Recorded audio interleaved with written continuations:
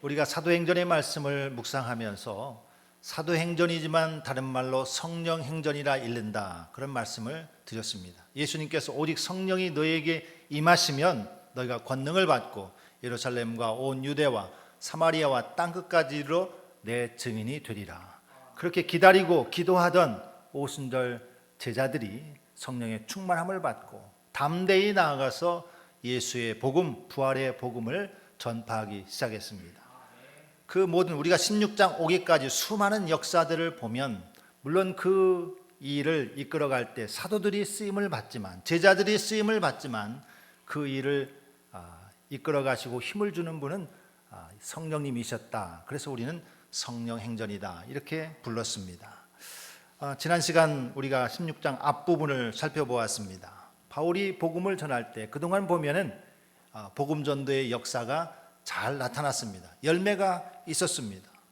그렇게 복음을 전하고 많은 사람들이 주께로 돌아와 평안하여 든든히 서가면 전도자도 힘을 얻고 용기를 얻습니다. 바울이 이번에는 아시아 지역에 가서 복음을 전하리라 이런 계획을 세우고 가려고 하는데, 왜냐하면 그곳은 이미 유대인들, 흩어진 유대인들이 그쪽 터키 지역에 많이 정착하고 있기 때문에 거기 가서 복음을 전하면 좋겠다. 그래서 아시아로 가려고 했지만 성령께서는 아시아에서 말씀을 전하지 못하게 하셨습니다. 또 예수의 영이 허락하지 않았다 그렇게 말씀하고 있습니다. 그때 이 전도자 바울이 어떤 태도를 취하느냐, 주의 복음을 위해서 지금까지 열매도 있었고 계획도 있고, 그래서 아시아에 가서 복음을 전해야 되겠다 그런 계획으로 나아가는데 성령께서 또 예수의 영이 허락하지 않았다라는 겁니다. 그때 바울은 자기의 생각을 내려놓습니다. 자기가 가고자 하는 방향을 다시 틀었습니다. 환상 중에 마게도냐로 건너와서 우리를 도우라 하는 요청을 듣고 하나님이 저 사람들에게 복음을 전하라고 우리를 부르신 줄로 인정함이러라. 하나님께서 저 사람들을 구원하라고 우리를 불러주셨구나 그렇게 인정했다는 겁니다. 그래서 하나님이 원하시는 방향으로 방향을 틀었습니다. 아시아가 아닌 유럽의 관문인 마게도냐의 빌립보 성에 이르게 되었습니다. 거기서 두아디라시아의 옷감장사였던 루디아라고 하는 믿음 좋은 동역자를 만나게 되었습니다. 그래서 우리가 주님의 일 한다 이런 이야기를 많이 하는데, 그때 내 방법이 앞설 것이냐, 하나님의 뜻을 앞설 것이냐, 이런 문제가 참 많이 있을 때 우리는 이 성경에서 답을 얻고 우리가 믿음의 결정을 할 수 있다라는 겁니다. 내 뜻을 내려놓았더니 하나님의 역사가 일어나게 되더라. 이것이 신앙의 법칙이다 하는 것입니다. 그리고 이제 오늘 말씀은 계속해서 빌립보 성에서 일어난 한 토막의 이야기입니다. 바울과 실라가 또 기도하러 가다가 한 소녀를 만나게 되었습니다. 이 여자아이는 귀신 들려서 귀신의 힘으로 점을 치는 여종이었습니다. 그러니까 귀신이 그 힘으로 여자아이를 통해서 일하고 있었고, 더 나쁜 상황은 뭐냐면 이 여종은 자기를 시켜서 점을 치고는 돈을 다 가져가는 주인들에 의해서 사로잡혔다라는 겁니다. 그러니까 이 종이 자기 마음대로 하는 것도 아니고 귀신 들려서 점을 치고 그 상황을 이용해서 돈벌이하는 주인이 따로 있었다. 이 소녀가 바울 일행을 쫓아다니면서 막 소리 지릅니다. 이 사람들은 하나님의 종이다. 구원의 길을 전하는 자다. 근데 그 말이 아무리 맞는다 할지라도 바울이 온전히 예수의 복음을 전하는데 걸림돌일 수밖에 없고, 얼마나 귀찮고 시끄럽던지 바울이 괴로워서, 그래서 여러 날 동안 소리 지르는 것이 너무나 듣기 괴로워서 귀신에게 명령합니다. 예수 그리스도의 이름으로 내가 내게 명하노니 그에게서 나와라. 그래서 귀신이 떠나갔습니다. 자, 상황이 급박하게 돌아갑니다.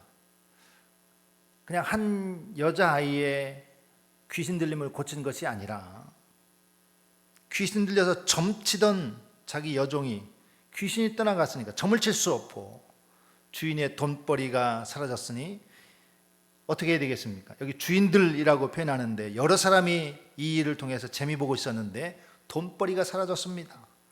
그 사람들이 화가 나서 바울과 실라를 붙잡아다가 관리들에게 끌고 갔습니다.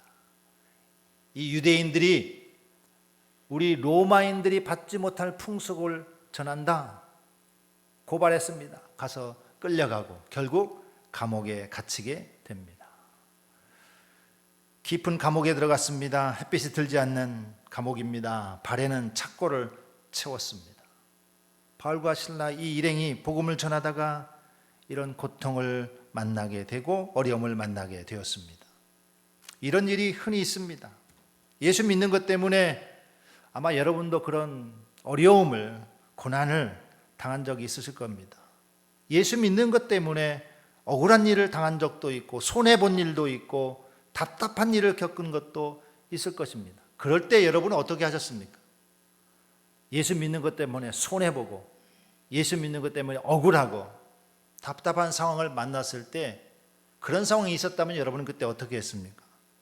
바울과 실라는 그런 상황을 만났을 때 그런 상황이라는 것이 적당히 억울하고 적당히 한 것이 아니라 실제로 감옥에 갇히고 발에 착고가 채이고 햇빛이 들지 않는 곳에서 소망이 없어지는 그런 암울한 시간입니다. 이 상황을 만났을 때 그들은 낭패와 시리에 빠지지 않았다는 겁니다. 자포자기하지 않았다는 겁니다. 그 둘은 기도하기 시작합니다. 보통 어려움을 당하면 우리도 기도하죠. 아유 하나님 이런 억울한 일 당했습니다. 울며 기도하기도 합니다. 그때 바울과 실라가 그 감옥에서 기도하는데 갑자기 또 하나님이 그 입에서 찬송이 터지게 했습니다. 간절히 기도하는데 동시에 또 찬송이 막 나오는 겁니다. 고난의 기도 가운데 하나님 앞에 부르짖을 때 하나님께서는 그 입술에 기뻐하며 감사하며 찬양할 수 있는 은혜를 주셔서 기도와 찬송이 그들 가운데 터져나오기 시작했다. 여러분 여기 감옥 아닙니까? 깊은 감옥이라고 했으니까 아마 지하일 것입니다. 축축하고 환기도 안 되고 답답한 그곳에서 찬송과 기도를 할 때 그 모든 상황을 이기게 되는 그런 역할을 오늘 보게 됩니다. 전 이 장면을 상상하면서 그런 생각이 들었습니다. 나에게도 그런 일이 있었는데 내가 그때 어떻게 했지? 가만히 생각해 보면 굉장히 실망하고 포기하고 싶고 이렇게 해서 뭐하나 그런 일이 한두 번이 아니었습니다. 그러니까 머릿속에는 더 기도해야지, 더 감사해야지, 더 찬송해야지 머릿속에는 있는데 실제로 그런 어려움을 탁 만나니까 그것이 안 되었던 그런 기억이 있습니다. 아마 여러분은 다를 것입니다. 어려움 가운데에서 당연히 찬송하고 기도해야 됩니다. 기도가 멈추고 찬송이 멈추면 우리는 힘을 낼 수가 없습니다. 근데 감사하게도 오늘 바울과 실라는 우리에게 이런 길을 보여주고 이런 모범을 보여줍니다. 깊이 하나님께 간절히 기도하고 찬양하는 역사, 그리고 그것을 통해서 놀라운 일이 일어나기 시작했던 겁니다. 여러분 그 감옥에는 바울과 실라만 있는 것이 아니었습니다. 다른 죄수도 있고요. 그 죄수들을 지키는 간수도 있습니다. 매일매일 그들의 상황을 생각해 보면 참 앞날이 캄캄합니다. 죄수들이 언제 이 캄캄한 감옥에서 나갈까요? 무슨 소망이 있을까요? 언제 우리가 이곳에서 빠져나가나? 그 죄수를 지키는 근무하는 간수들 역시 마찬가지일 겁니다. 답답해. 빨리 근무 끝나고 집에 갔으면 좋겠다. 그것은 머물고 싶어 하는 곳이 아닙니다. 그것은 내가 있고 싶은 것이 아닙니다. 매일 그런 생각밖에 없고 아무 희망이 없고 재미도 없는 그런 환경 가운데에서 오늘 놀라운 일을 목격했습니다. 언제 이곳에서 나가나? 아무 소망이 없는 죄수들, 빨리 근무 끝나고 집에 가고 싶다. 그곳에 더 이상 있고 싶지 않은 그런 환경인데 이 사람들은 어떻게 된 것인지 그곳에서 갑자기 막 노래하고 찬송하는 겁니다. 기도하는 겁니다. 아니 어떻게 이럴 수가 있지? 아마 적잖이 놀랐을 것입니다. 아니 이런 데서 노래한다고? 이런 데서 이런 상황에서 지금 기도한다고? 억울하게 붙잡혀 와서 매맞고 감옥에 갇혔는데 그곳에서 찬양합니다. 기도합니다. 근데 여러분 그 상황은 참 중요한 상황이다. 왜 중요했을까? 25절에 보니까 한밤중에 바울과 실라가 기도하고 하나님을 찬송하며 죄수들이 듣더라. 전 이 말씀 때문에 굉장히 중요하다고 생각합니다. 한밤중에 바울과 실라가 기도하고 하나님을 찬송하는데 그 둘만 있는 것이 아니라 다른 죄수들도 있고 간수들도 있습니다. 그곳은 제한된 공간입니다. 갇힌 곳입니다. 듣지 않을래야 듣지 않을 수가 없습니다. 다른 죄수들이 듣더라 그랬습니다. 무엇을? 찬송을. 무엇을? 기도를. 아니 똑같은 상황인데 어떻게 저들은 찬송하고 저들은 기도하냐? 묵묵히 듣고 있습니다. 바울과 실라가 기도하고 하나님을 찬송하며 죄수들이 듣더라. 여러분 거꾸로 생각해 보면 우리에게 이런 상황이 왔을 때 어떨까요? 우리가 어려움 당하고 힘든 때에 내 주위에는 그것을 듣는 사람, 지켜보는 사람 있을 수 있겠나? 그러니까 저 친구는 분명히 교회 다닌다고 하고 하나님을 믿는 사람이라고 하는데 저런 어려움을 만났네. 그럴 때 우리가 어떻게 하는지를 그들도 볼 수 있다. 그들도 들을 수 있다. 나의 어려움을 보고 있는 친구가 있고 그 상황에서 어떻게 하는가 듣고 있는 이웃이 있다는 겁니다. 그래서 내가 실망과 좌절에 빠져서 죽어간 모습으로 아무것도 하지 않는다면 나도 손해지만 내 주위에 있는 다른 사람들이 손해입니다. 근데 바울과 실라는 그 똑같은 상황에서 기도하고 하나님을 찬송하는데 죄수들이 그것을 다 듣고 있었다라는 겁니다. 그보다 더 어려운 상황에서 하나님을 찬양하는, 노래 부르는, 기도하는, 그러니까 이것이 최고의 전도지 아닙니까? 이것이 확실한 간증 아닙니까? 저 사람들은 뭔가 다르구나. 바울과 실라의 찬송과 기도가 퍼질 때 갑자기 큰 지진이 일어났습니다. 옥토가 움직이고 문이 열렸습니다. 모든 사람의 메인 것이 다 벗어졌다라고 했습니다. 상상하지 못할 놀라운 일입니다. 감옥은요, 감옥의 역할이 뭐냐면 못 도망가게 꽉 막아놓고 또 죄수를 착고를 채우는 게 감옥의 역할인데 갑자기 지진이 나서 옥토가 흔들리고 옥문이 열렸습니다. 문이 다 열린 겁니다. 발에 차고 있던 착고가 다 풀렸습니다. 이제 이 감옥은 더 이상 감옥이 아니다는 겁니다. 문이 열렸고 수갑이 다 풀었고 옥토가 흔들렸으니까 감옥의 역할을 하지 못하게 됩니다. 감옥이 아니라 거기는 놀라운 전도의 현장이고 놀라운 예수의 복음이 살아있는 현장이 되어버린 겁니다. 바뀌어졌습니다. 다 열렸습니다. 다 풀렸습니다. 다 자유입니다. 그렇게 감옥문이 열렸을 때 다른 죄수들이 아이고 잘됐다 자기 살려고 아무도 도망가지 않았습니다. 왜 그랬을까요? 제 짐작에는 바울과 실라가 찬송하고 기도하는 그 소리를 다른 죄수들이 다 듣고 있었기 때문이 아닐까. 간수는 놀랐습니다. 깜짝 놀라서 뛰어왔습니다. 당연히 죄수들이 도망한 줄 알고 큰일 났구나. 그래서 칼을 빼서 자결하려고 했습니다. 그때 바울이 소리 지릅니다. 내 몸을 상하지 말라. 우리가 다 여기 있노라. 다 여기 있다. 아무도 도망가지 않았다. 다 여기 있으니 너 내 몸을 상하게 하지 말라.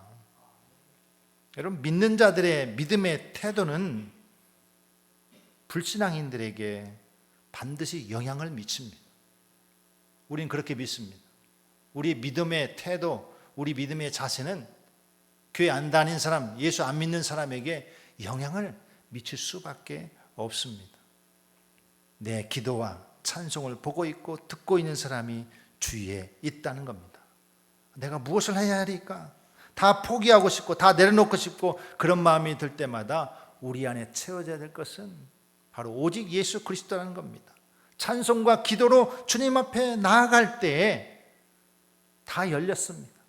다 풀어졌습니다. 그리고 그것은 더 이상 감옥이 아니라 놀라운 복음을 받아들이는 현장이 되었던 것입니다. 그러고 나서 그 뒷이야기는 이제 간수의 이야기, 그 집안 이야기입니다. 우리가 직업에는 귀천이 없다고 말하지만 내가 매일 누구를 만났냐에 따라서 나에게 영향을 미칩니다. 사람이 올 때에 구두를 쳐다보는 사람은 구두 파는 사람은 구두만 쳐다보고 미장원 하는 사람은 머리 스타일만 쳐다봅니다. 검사라는 직업을 가진, 경찰이라는 직업을 가진 사람은, 자기 앞에 앉혀놓은 사람은 다 일단은 죄인을 취급하고 상대합니다.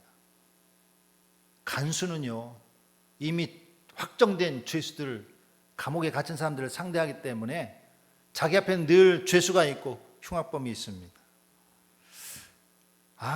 매일 그들을 쳐다보면서 마음에 무슨 기쁨이 있겠습니까? 행복이 있겠습니까? 날마다 죄수들을 생각해 상대한다고 한번 생각해 보십시오. 간수들이 행복할까?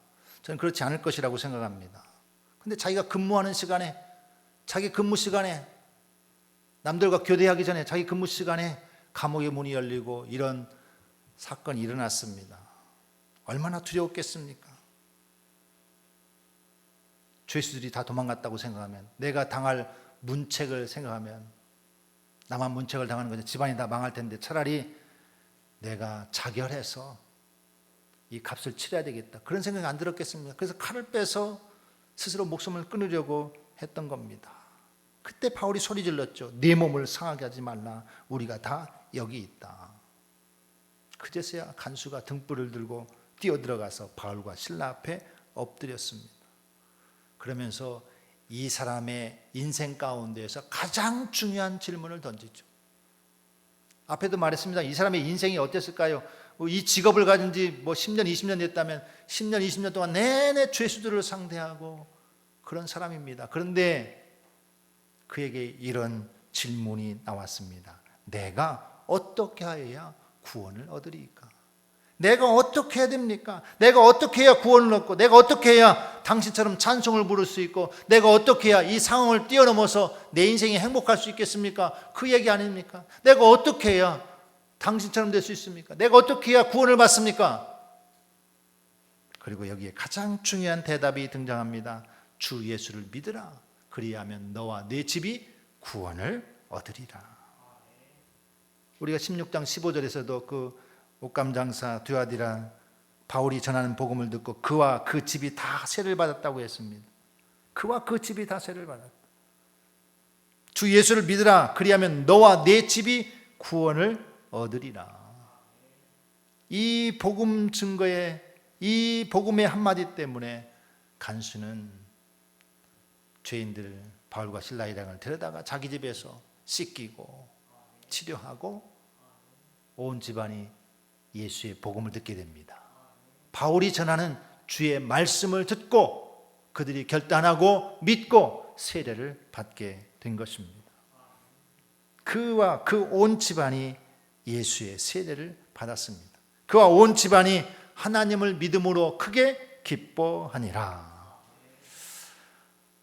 간수의 인생이 행복하지 못했다면 그가 퇴근해서 자기 집에 와서 오늘 또 근무 서고 오느라고 자기 괴로운 이야기 하다 보면 아마 부인도 기뻐하지 못할 것이고 아마 그러지 않았을까 제 추측입니다.